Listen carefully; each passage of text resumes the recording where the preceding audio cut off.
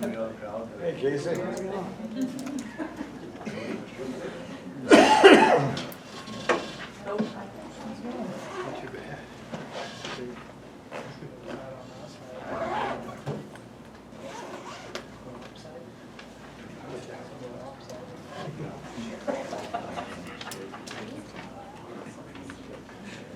Yeah.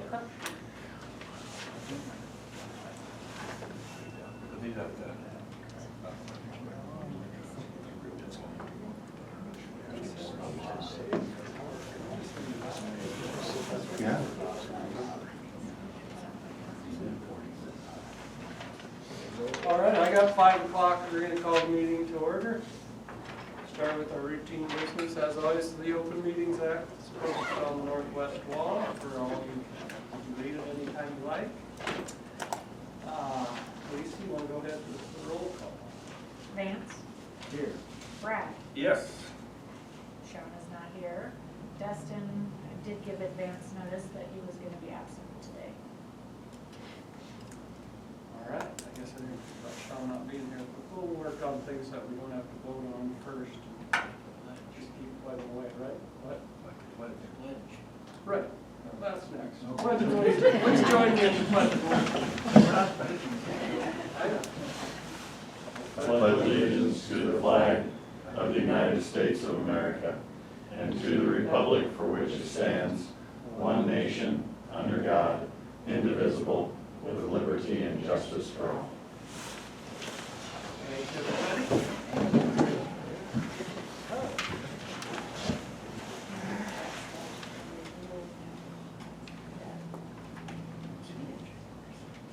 I can vote. That's right. Well, is there anything we could do? Move up the hearing.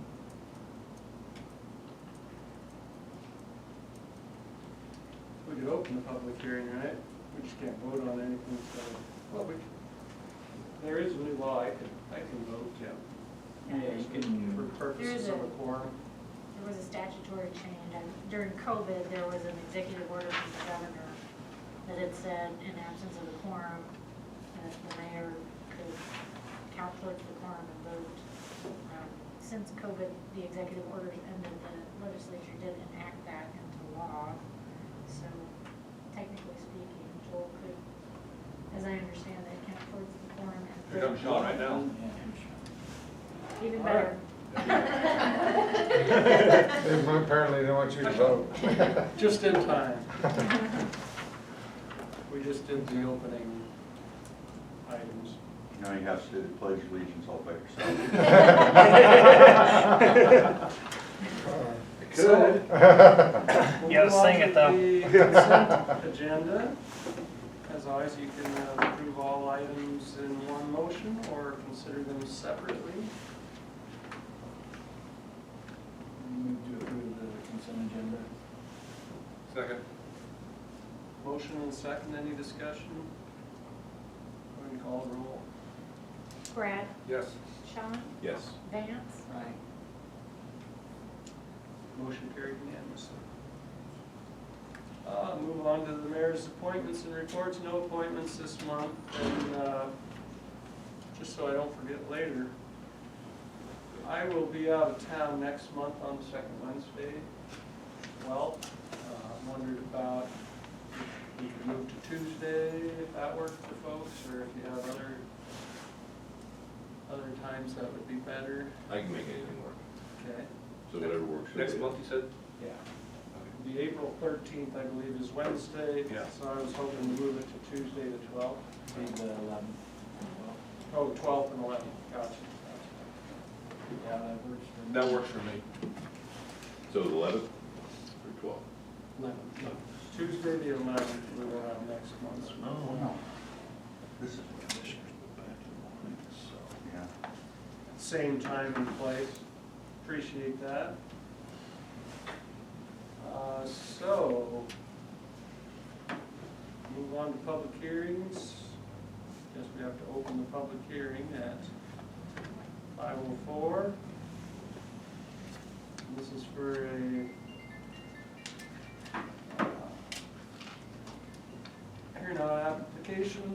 Northeast Place LLC, located 635 East 4th Cross Street here for issuance of a retail liquor license, Class D by the Nebraska Liquor Control Commission. Greg's here, you have anything you want to say? No, just the other day I got a visit from the state patrol liquor investigator. He said everything went good, so. Yeah, and this, of course, it's just existing, previous business, it's not anything new. I don't know if there's anything controversial about it. You guys. Do we have to leave the hearing open for more than a minute?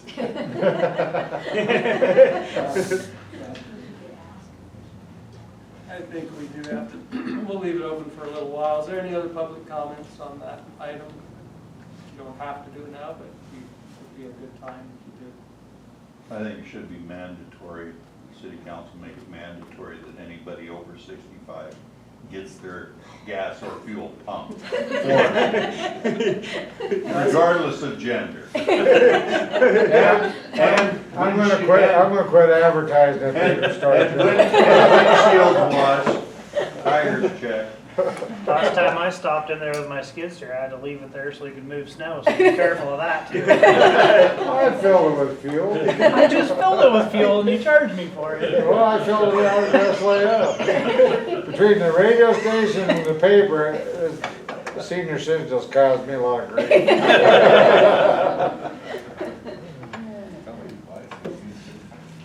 Okay, well, we will at least leave the public hearing open for 5 or 10 minutes before we vote on that. So, moving on to old business, discuss and consider the counter proposal by Tower Alliance for the American Tower lease with the city of Ainsworth. I think you guys, in the packet, Michael's been communicating with them, and then they changed their, what we approved last week, they changed, or last month. They changed slightly, but I think, all in all, it's about the same sort of deal, so I don't know what you guys feel about that one. Yeah, it's the increase is a little less on an annual basis, but upfront is higher, so that'll probably somewhat take care of it. So, What's 10,000 up front and 2% increase instead of 3, instead of 3. Five-year term. and another 5-year term. I think there's And then the initial level where we were up higher on the monthly, that has been, how we years ago, at this point, we got that in, I'm ready to make a motion to approve the agreement between the city of Ainsworth and Tower Alliance with the proposed negotiation that Michael Soul's attorney and the Tower people did. Second. Motion and second, any other discussion? Go ahead and call the roll. Sean, Yes. Vance, but, Brad, Yes. All right, motion carried unanimously. 5 additional 5-year terms. it seems, And the hope is, you know, we talked about that we might work on a buyout in the next few years. We'll see what happens.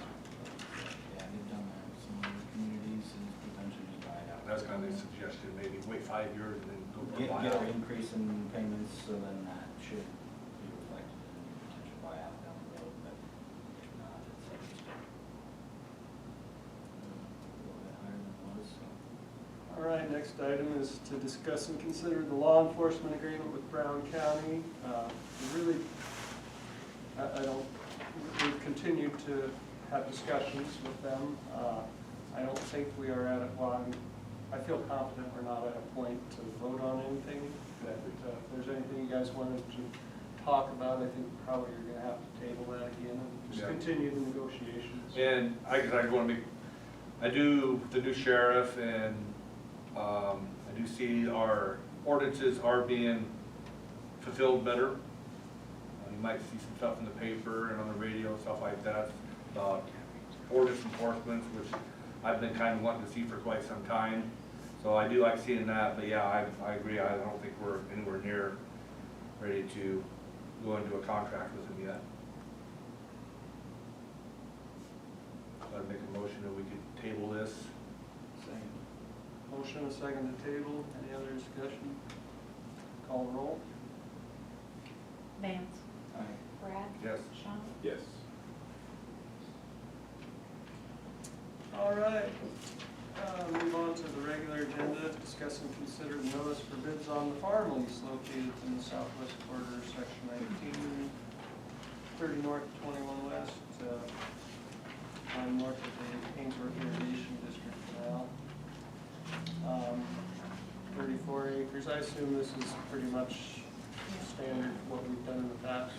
It is, in fact, this is the same agreement that we have used under the last term that just expired. So mostly I just was looking for the council to approve the content in the agreement here before we put notice.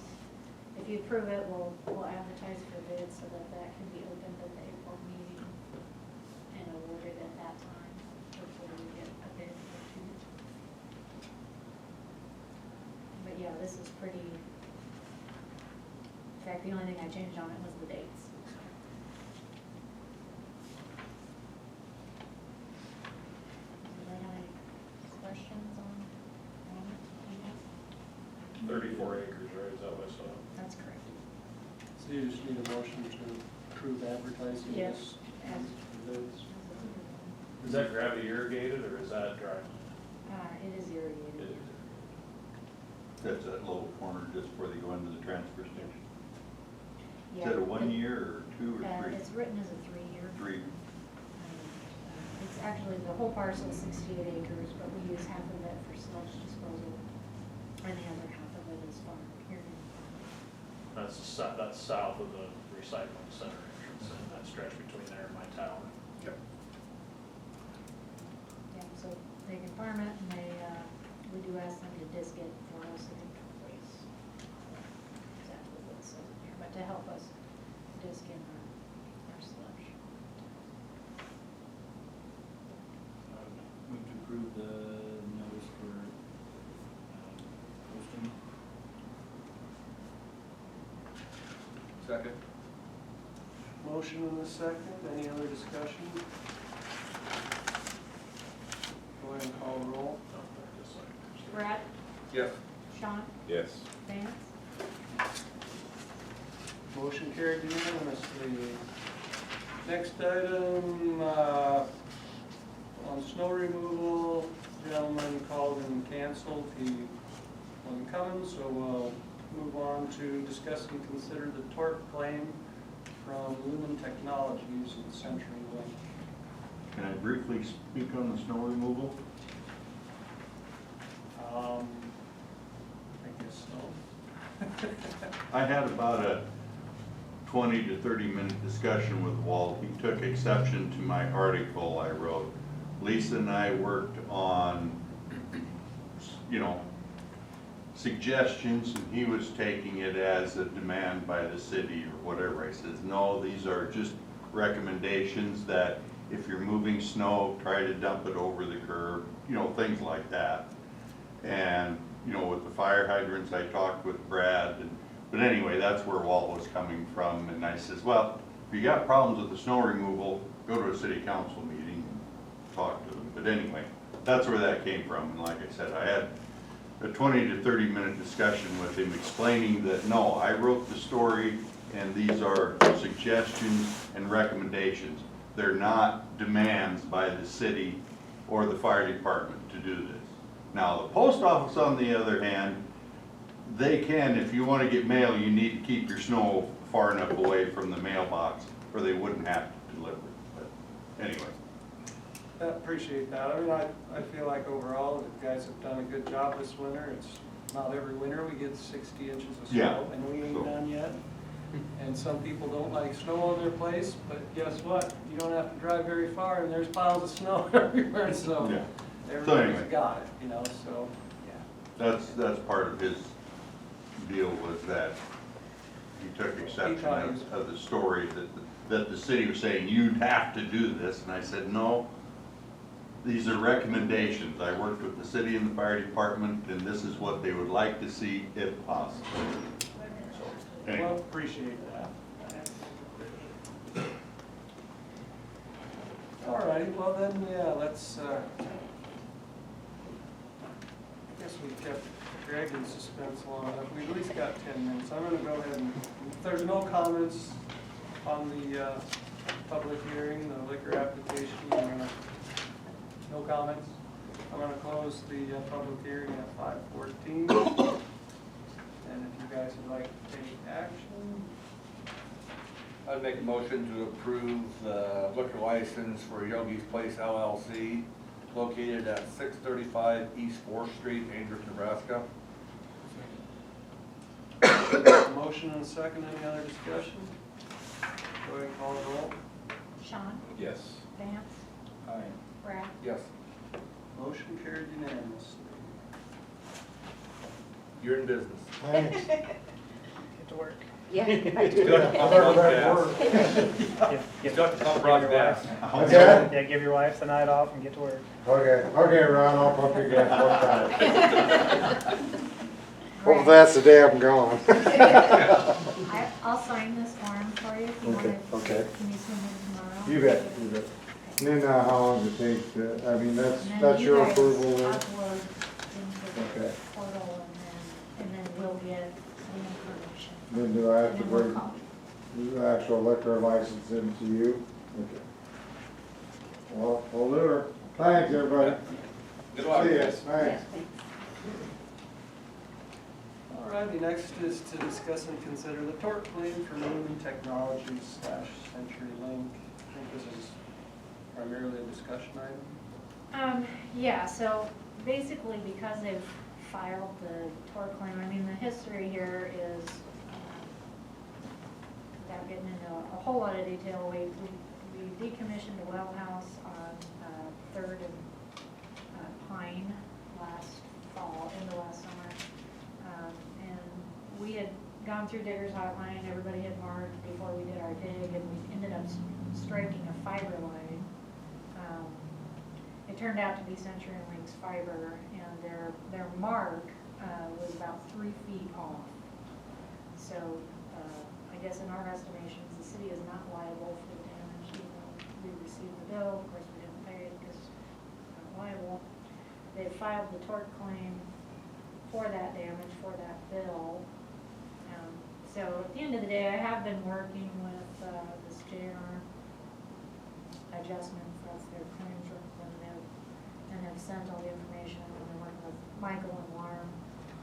But I guess because it's a tort claim, it falls under statutes 13905, so the city council has 6 months before CenturyLink, I guess, could file suit if they wanted to, if we don't pay the bill.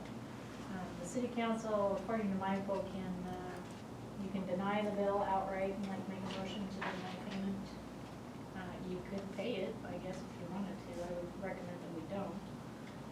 Or you can wait, I guess, and do nothing and see what happens. Just let the 6 months expire, or you don't have to do it. Yeah, that's kind of my question. You have to do something between now and 6 months, but you answered that already.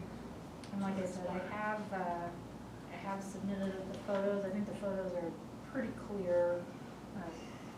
The orange mark, the orange paint is their mark, and you can definitely see that that's quite a ways off from where the fiber actually was. Well, that'd be one thing too, if we were digging up in the orange mark and they were off, but we still dug up where their line, we didn't even dig up where their line was marked. Yeah. See if they'd have gone the other way, where we dug up a lot, there happened to be gone, but we dug it up, all of it anyway. We're just, I think they- Is there anything- Much of a thing. Is there anything that states how far you have to stay away from those main lines? I think generally there like is. 12 to 18 inches is kind of the allowance, which is why we don't dig right on the, you know. So when we mark something, like when we marked our sewer lines or water lines for people to dig, the lines aren't accurate. I mean, we try to get as close as we can, right? The point of 811 is when a utility goes and marks, it's that utility saying, this is where my line is. Hopefully. So if you mark wrong and it gets struck, the digger is not liable. That's the whole point behind digger's Right. hotline. So, I mean, basically digger's hotline is your liability protection. It allows all utilities to come within 48 hours now. They have 48 hours to come and mark. And you cannot dig until all utilities have marked. Once they've marked, you can start your dig. If you don't call 811 and you start something, then obviously the liability is on you for that repair. So I think we have a pretty solid argument that we're not liable here. I did get a email written statement from Brian Delamont. He was on scene. Initially, when we started the fiber, we thought that it might have been Three River cable. So we called Brian. Brian verified it was not Three River, which is how we came to notify CenturyLink. But because he was on scene and witnessed it, he did submit me an email statement, just reaffirming that he had seen it and that, yes, the mark was 3 feet away from the paint. So I think we have a pretty good argument with CenturyLink here. So I guess it's up to you guys if you want to outright deny the claim. As I understand it from Michael, if you outright deny it, they could potentially file a lawsuit immediately. If you do nothing, there's that 6-month clock and they can eventually file suit, or they can withdraw it, or they can. Are they gonna charge interest on that 6 months though, if we wait 6 months to deny it, are they gonna add on and try to come on some more? It don't make any difference to me, I don't think they gotta ground Did stand. Michael have a did we feel there was an advantage either way, or did I- you say it didn't matter? I don't know that he cared. I mean, I kind of took it from him as though maybe since we have the evidence, to just wait and see what they, especially since I've been communicating with them, you know, maybe they'll end up withdrawing it if they know they don't have a claim. So we don't want to deny it, why we just want to table it. I would say, or just don't take any action on I don't think we need to take a little bit of shit. Let the clock expire. I think that'd be better than, And I guess, we're not paying it, I guess that if might I, provoke them, where if it's 6 months, they might just let it go or forget, and it's not gonna cost us anything. and if something changes down the road in that 6-month period where it's more advantageous for us to just outright deny it, I think we can bring it back and deny it at that time. I wouldn't be surprised if they don't withdraw it. Actually, to be full disclosure, in the 7 years that I've been in the city office, this is the second time we've struck a CenturyLink fiber cable for the same reason. It was a mismark. I think that one, the damage was only like $1,500, and I had a phone call with them, and they didn't pursue a tort claim. I think they did this time just because it's a substantially higher repair bill. Sounds like they need to hire somebody else to mark their line. There are certain, just my knowledge from the city's work, that yes, there are some who have a better idea about the location of their utilities than others. Yeah, I was gonna ask how common that is, because anytime we did anything, I mean, we've got 4 or 5 different places get marked. Yeah, and the city, part of our strategy is we try to run tracer wire in anything that we lay so that we can easily locate where the line is, but we do have some lines that don't, and we're going off of maps, and so if your map is wrong, there's always that possibility, I guess, but it does happen. Yeah. Probably more often than not. So yeah, I guess that's up to you guys, but I. Ready to move on, or? Yeah, just- I just don't take any action. Okay, that sounds good. Next item, discuss and consider an administrative subdivision of lot 5, block 3, Morrison Edition, City of Ainsworth. I'm not sure which, I know there's 2 tonight, so I'm not sure which is which. This one is Corey's. I guess he's here if he wants to speak to it. I'm sorry. Do you wanna speak to your request that you have here? The reason for this is I had to sell the house and the shop separately, two different buyers. The homeowner wants to make sure that all the trees are included with the purchase of the home. The way the lot line was, whoever, years and years ago, planted trees on the other guy's lot. Because when I bought it, I bought from two different people. So with that being said, the current buyer wants to make sure that there's the trees inside his lot line. We started to where the two different buyers were like, yeah, we're mutual agreement. You know, we want the trees to be there, we like the privacy. And then when it come down to it, well, let's just make it permanent. Where there's no, this is the lot line, there's no argument down the road into the future. So I had a survey come in, the survey was done, and that is the reason for the lot line being moved. As it went closer to the shop, but they're still within the city regulations of lot line to the building. It all is within the requirements, so with that being said, that's about all I got. And that was my understanding, it fit all the zoning requirements, et cetera. Change anything there. Where it fits all the zoning for both lots still, I would move to approve the administrative subdivision, lot 5, block 3 of Morrison's addition to the city of Ainsworth, Brown County, Nebraska. Second. Motion and a second, any other discussion? Go ahead and call the roll. Vance, Aye. Brad, Yes. Sean, Yes. Motion carried unanimously. Thanks, Corey. Thank you. Lisa, after it's all signed, I'll pick that up tomorrow, is that fine? yep, I'm gonna actually pass it around now, so everybody doesn't get away from me. Yeah, I'll have it at the office tomorrow. Thank you. All right, next item is discuss and consider administrative subdivision of one parcel located in the southeast quarter, section 24, township 30 north, range 22 west, Brown County, Nebraska.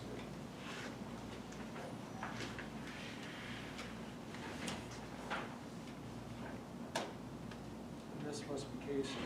This is Casey. Casey's also here. I'll probably just let you speak to it since you're here.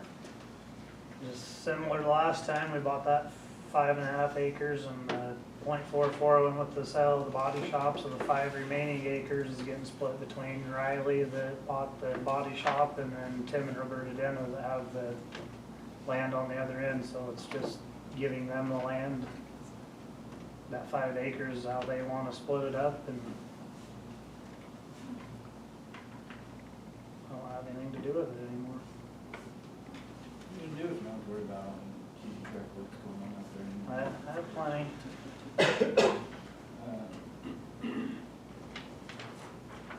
This is outside the city limits, but we have to. Correct. Yeah, it's in the zoning, the mile zoning or whatever. Yeah, I don't. Between the body shop and Tim and Roberta's out there across from Acres. Wouldn't see any problems with this one. I would move to approve the administrative subdivision for one parcel located in the south half of the southeast quarter of section 24, township 30 north, range 22 west of the 6th principal meridian in Brown County, Nebraska. Second. Motion and a second. Any other discussion? Go ahead and call the roll. Brad, Yes. Sean, Yes. Vance. Aye. Motion carried unanimously. Next on the agenda is discuss and consider a couple of recommendations of the LD 840 Loan Committee. First one is facade grant application number 23-01 in the amount of $10,000. This is a business downtown, wanting to replace windows, I think 7 total windows and a door. So all that meets the definition of facade. So the loan committee Make a motion to approve the facade grant application number 23-01 in the amount of $10,000.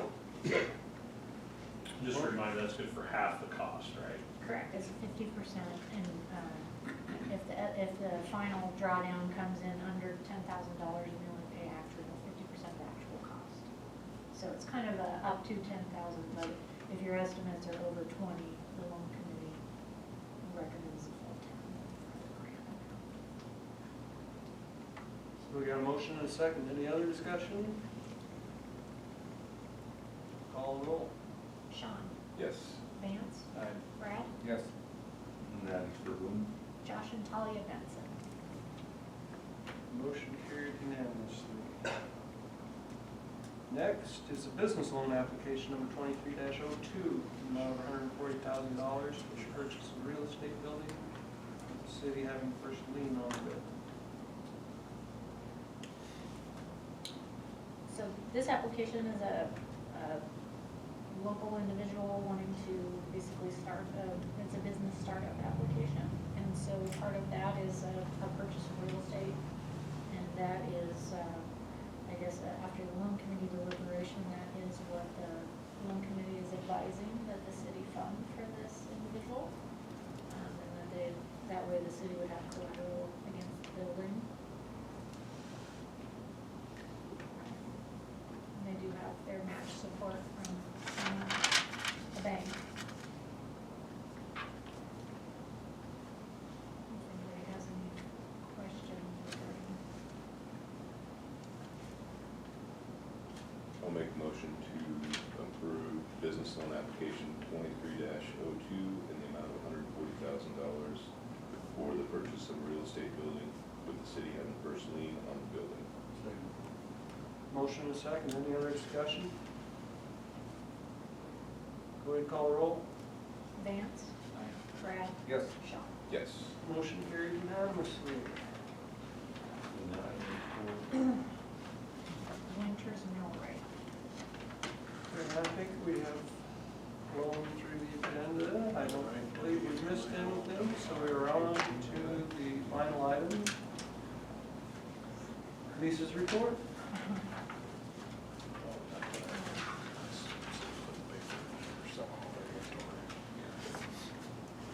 So we did send out another round of vacant building registration letters.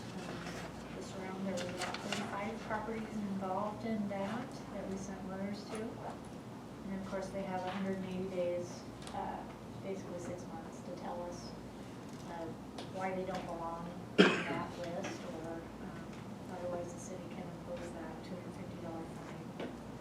So that's about half of last year's, one was around 70 last year. I think we got 57 then. 57, it's down quite a bit. And actually, you know, going through that list, there was probably 10 maybe? Around 10, I would say, that very clearly there was action taken probably from that first round of letters. That those properties were either rehabbed and rented, or sold, or demoed. So it was effective. I mean, I know it's not always the most popular thing, but it does start some conversations, so I think that was the purpose of it. So if I follow, we sent those first ones out, and kind of got to do back, and we'll now this is just kind of a second notice, and then the fines will start in 6 months? Correct. Or this is not? Now, this is kind of restarting the clock, yeah. So there weren't fines issued after the first round? No, we had Bill Carr, our building inspector, Bruce Papstein, who was the sheriff, you know, up until recently. They had taken that original list, and we kind of gone through it, pulled out the ones that we felt were exempt under the changes, kind of came up with this list. They fine-toothed that, and then I sent the letters.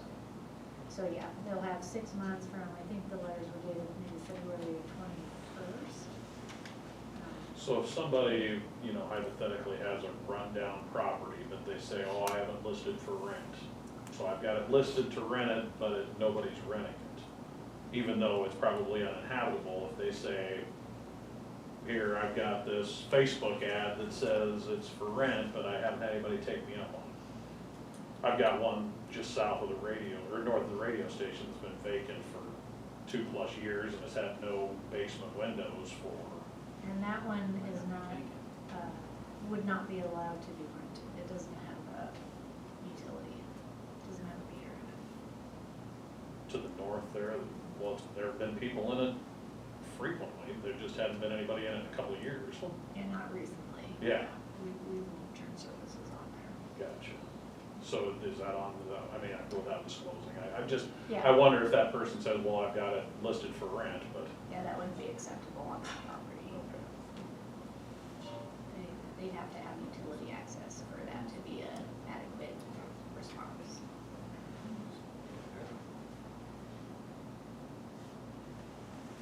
And I wasn't singling that one out, I've got Yeah. enough of a buffer, I'm not Yeah. complaining about it, it's just. And there's I a know hand- that's there been- are- That's been empty for that long. There's a handful of those. Same. Yeah. And the other big thing, I guess, that I wanted to point out, the workforce housing land development program, that was that grant that, the city could apply for basically site readiness for construction. And then we had to pair that with either an applicant or the recipient of workforce housing. So we did it, we applied for that a month ago. The awards were supposed to be announced in February, but we received word from DED that they were delaying those awards until sometime in March. So I haven't heard anything on that yet.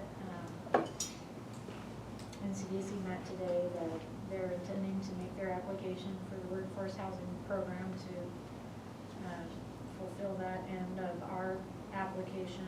And so at the end of the day, I guess that would be wonderful if we could receive those funds for the community. If we could do site prep and NCDC can build houses, that would be that's the big hurdle, is the funding and the piece and the clearing. And so I think that would be a really excellent opportunity for the community. So that being said, there is a cash match requirement on their workforce housing application. So if there is a business or individual who feels so inclined and would like maybe a tax credit, they should contact Kristen to help with that cash match. And if they can't do a cash match, a letter of support would be very much appreciated as well. And if you know of a business or you have an employee or someone that's struggled to find housing in our area, I mean, those are all supporting documents that can be attached. It's a 50% matching grant, so I suppose what you can raise is what you can apply for. Yeah. So our goal, if we maximize the amount we can apply for, we need to raise $500,000 locally to match, and we'll receive $1 million. So we'd have $1.5 million to couple. If the city's awarded, you'd have over $2 million, because that would just let that building money go farther if we didn't have to have the site prep and all the demo and some of those things, and could partner with the city on using their years, if they're both awarded. And both programs, I guess, just also as a plug, will work as revolving loan funds. So it's not a one and done necessarily. Once you get that money in your community, you spend it, but you're gonna recoup it back on the sale of those properties, and then you can turn around and reuse it again. So it's a kind of a revolving door, which is an excellent opportunity. So once you get the award, it is somewhat limitless in terms of then, what you can do with it. And sometimes in small chunks and large chunks, depending on what your initial award is. But I think it would definitely fill some holes for us. So the main thing, if you guys can help spread the word, it's just gonna be, we've got about 10 days to try to raise as much funding as we can raise. And the more we can get, basically every dollar gets matched 2 to 1 from the state. So it's a good way to get more bang for a donated, for a tax write-off. Or even just donation type. Yep. And I don't speak for the foundation, but I know at the state level, NCI, one of their big pushes is housing. Yeah. Every rural community is a problem, so that could be an option. it's definitely a problem. And with our vacant property registration, so many times we hear from the property owners that they really don't want the property. they kind of like to offload it sometimes. They can't afford to take down the structure. It's very expensive to demolish a structure with asbestos and all of that. A lot of times the size of the lots just aren't conducive to being real marketable, even if they do that. Yeah, these programs would kind of allow us to help those individuals as well. You know, if they're looking, they don't want the property anymore. The city could acquire those properties then through their land development program, if we receive that. And we could clear it, which would make the site shovel ready basically for, and if the NCDC was awarded, to come back in and hire a general contractor to put something back on there. So it is a really good opportunity. I think especially with the two programs combined, that it's a rare opportunity. The land development program isn't probably going to come around again because I think it was COVID relief money. So that one is kind of a one and done. Otherwise, I think under your workforce housing, you can demo. It just eats up more of the construction stuff.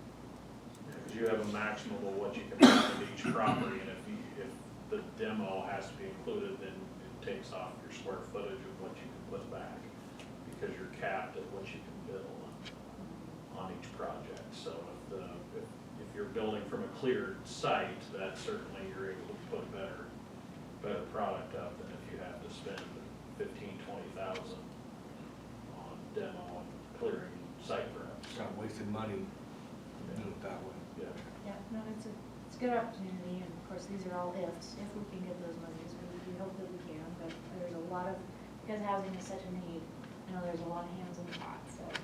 But any additional promotion you guys can give as far as supporting and encouraging business owners you talk to that know how, that have talked to you in the past about housing struggles, if they're willing to get behind it, it's a, like I said, it's a good way to maximize donations, so. So we'll see where we are, and we'll have another meeting before we submit our application on what we'll actually apply for, and that's gonna be based on the kind of support we get for the matching portion, so. It used to be a 1-to-1 match. They've throttled that back a little bit, so we only have to raise 50% instead of 100% for the match.